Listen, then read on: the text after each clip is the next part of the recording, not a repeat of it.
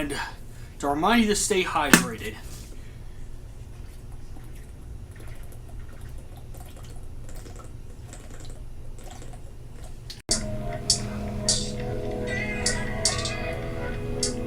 Taylor about the fucking Chaos!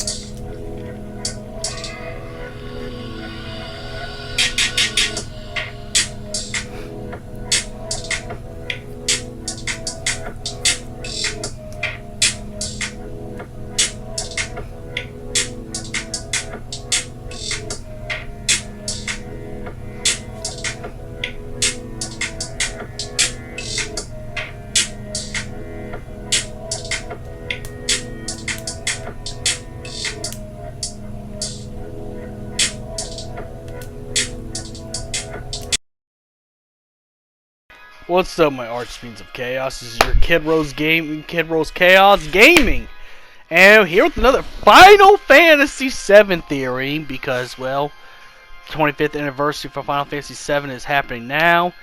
Rebirth's coming out in the winter.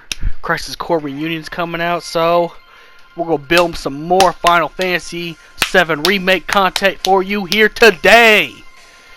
So, this is a theory. What Rufus Shinra is the leader of Avalanche, and why I think this with a list of reasons. I've actually wrote a script this time. We'll see how this actually goes. If I don't go off a tangent, which most likely will happen. But first, Avalanche is definitely funded by someone with a ton of power. Rufus is stated to hate his father, President Shinra, for the abuse of Rufus's mother had endured, and Rufus is completely resentment for which of that is stated briefly in Crisis Core. I mean, before Crisis, sorry. Before Crisis, wrong game. Already messing up the script. But yes, I mean, this is only briefly touched into that with Before Crisis. This is why I said Before Crisis is an important game to the Final Fantasy VII Remake. If they don't ever do a Dirge of Cerberus remake ever, I think a Before Crisis remake should happen, because this will fill in the story. Plus, it's already confirmed most of the elements of Before Crisis is in the remake, considering Avalanche is black,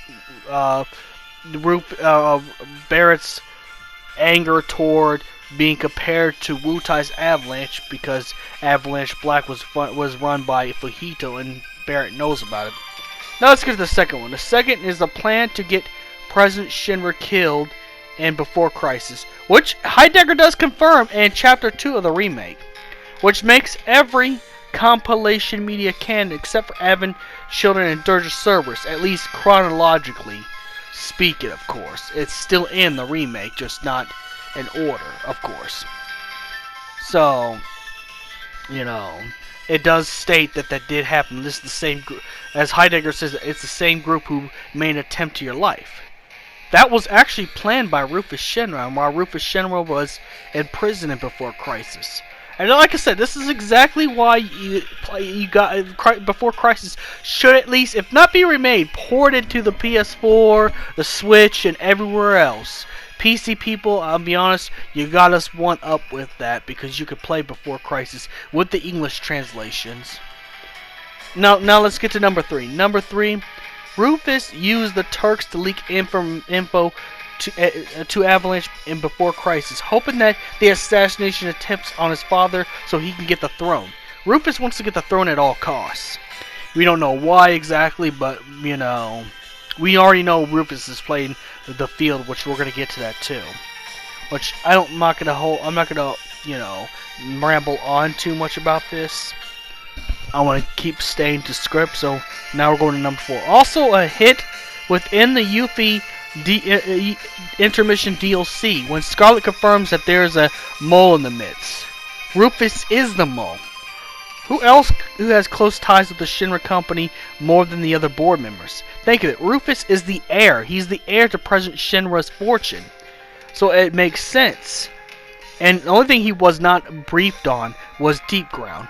But in Dirge of Cerberus, he's confirmed to actually fund all of WRO's activities. Even Reeve has said it.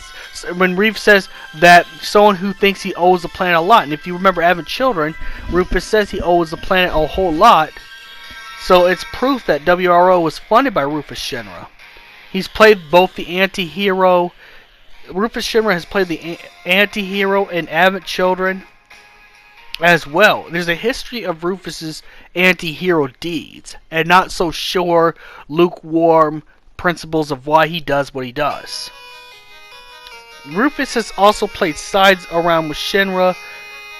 When it was Shinra executives, he's a radical Shinra loyalist, but when he's not around them, the act drops. Just like when he fought Cloud. His interest in Cloud is very peculiar. Either he knows that Cloud's probably related to him, which that's another theory at all. I'm not going to get into that Cloud's a Shinra. But for this theory, we're going to go ahead and theorize that President Shinra had a relationship with Miss Strife, and Miss Strife changed the story of Cloud's birth, so Cloud thinks that his father was a soldier. But let's just say that theory is canon. But there's also another reason why Rufus is very into Cloud. He wants Cloud to lure Sephiroth so he can kill Sephiroth and make himself look good. But Rufus Shinra in the original Final Fantasy VII has stated that he wants to rule with fear, which is very contradictory if you think about it. Rufus has played both offenses. He plays the Shinra side and the Avalanche side. So number 6, why President Shinra wanted to get rid of the Turks. And they end up answering to Rufus Shinra after Rufus has saved him by pointing out that the Turks have eliminated what's his name? Veld. Yeah, sorry, Veld. I forgot his name already, but Veld. Proving their loyalty to Shinra and letting them stay under it. But under Rufus's command, because Rufus is the one who saved the Turks. The Turks are supposed to be executed before Crisis, but Rufus has saved him by reporting of Veld's death, well, staged death, which you'll find out if you play Before Crisis. Number 7, Avalanche has Rufus funding activities, as well as Mayor Domino on the other side of Avalanche, while Rufus keeps his Shinra Loyalist Act, which he's actually done very well on, even acts more radical than his father if you play the original. But another point out is Heidegger and Rufus butt heads a whole lot. And the reason why they butt heads a whole lot is it was Heidegger that wanted to get the Turks killed off, while Rufus has saved the Turks. He even answers to Sang's call at the end of the remake, rather than, the vice president comment that Heidegger has made. Meaning that Heidegger really has no respect for Rufus. And there's got to be a reason why that is. It's because Rufus's problematic past of trying to kill his father. Of course, really, I wouldn't call it problematic considering President Shinra, let's be honest. His crimes are more than enough to earn all that stuff. But, as for like the Shinra Corporation, yes, Rufus has proven himself loyal to a little bit, but Rufus has an agenda. I mean, there's a reason why he's planned to get Avalanche to kill President Shinra, which almost would have worked, which didn't work. And that's when President Shinra called Sephiroth against Avalanche and locked up Rufus. So he has connections to Wutai. He has connections to, obviously, Avalanche. Because the original leaders, Fujito and, I can't remember the girl's name, Elf, in that one scene, he was actually the mole. Plus, he funded some of Fujito's activities, too, not knowing what happened afterwards. So it shows that he's playing the fence. If anything, I could probably think that he's like Rufus from Final Fantasy 15, except Rufus was more of White Knuckles type of bad guy. You knew deep down Rufus was not really a bad guy. He was not really with Niflheim's agenda. He even says it in the movie. Of course, this is not a Rufus video. But I think that's what President Rufus Shinra is. He's a more lukewarm, you can't know what his motives are type of guy. And sure, he did run away from Cloud because he was about to be defeated, but there could be another reason why too. He wants Cloud to live. Which is very weird because it's contradictory, because gets Tifa. He tries to put Tifa in the gas chamber in the original game, but he still has to keep up the act long enough for the Shinra executives to trust Rufus. After all, Rufus is actually the one who put a hit on his father, President Shinra. So, you know, what does that say? You know, he would have to go out of his way to prove his loyalty to Shinra right in front of the board members long enough for them not to notice anything. You know, especially when you got Hojo and Scarlet. Heidegger, I don't think Heidegger's that smart at all. In fact, Heidegger's kind of an idiot. I gotta be completely real. So, in order for him to do anything, he had to keep up the act long enough for them not to notice. But there's also a reason why they're trying to help Avalanche. If you played the original as well, when Cloud, you know, falls into the northern cave, you know, there's been exchange of information as well, which, again, like I said, there's reasons for things. It could also be the fact, thanks that Rufus Shinra could have prompted Reeve to contact Avalanche through Kate Sith to tell him Hojo's plans to send energy to Sephiroth. So again, I don't think it's besides the fact that Domino was covering up for Cloud and them by erasing camera footage. Rufus is also behind this. The only thing we don't know is why he wants to take the throne for himself. We know he hates his father because it's briefly explained in Before Crisis that he wants his father dead.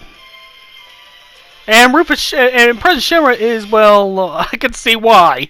I don't think the guy's a very nice person. Let's be real honest. President Shinra is just as evil as Scarlet and Hojo.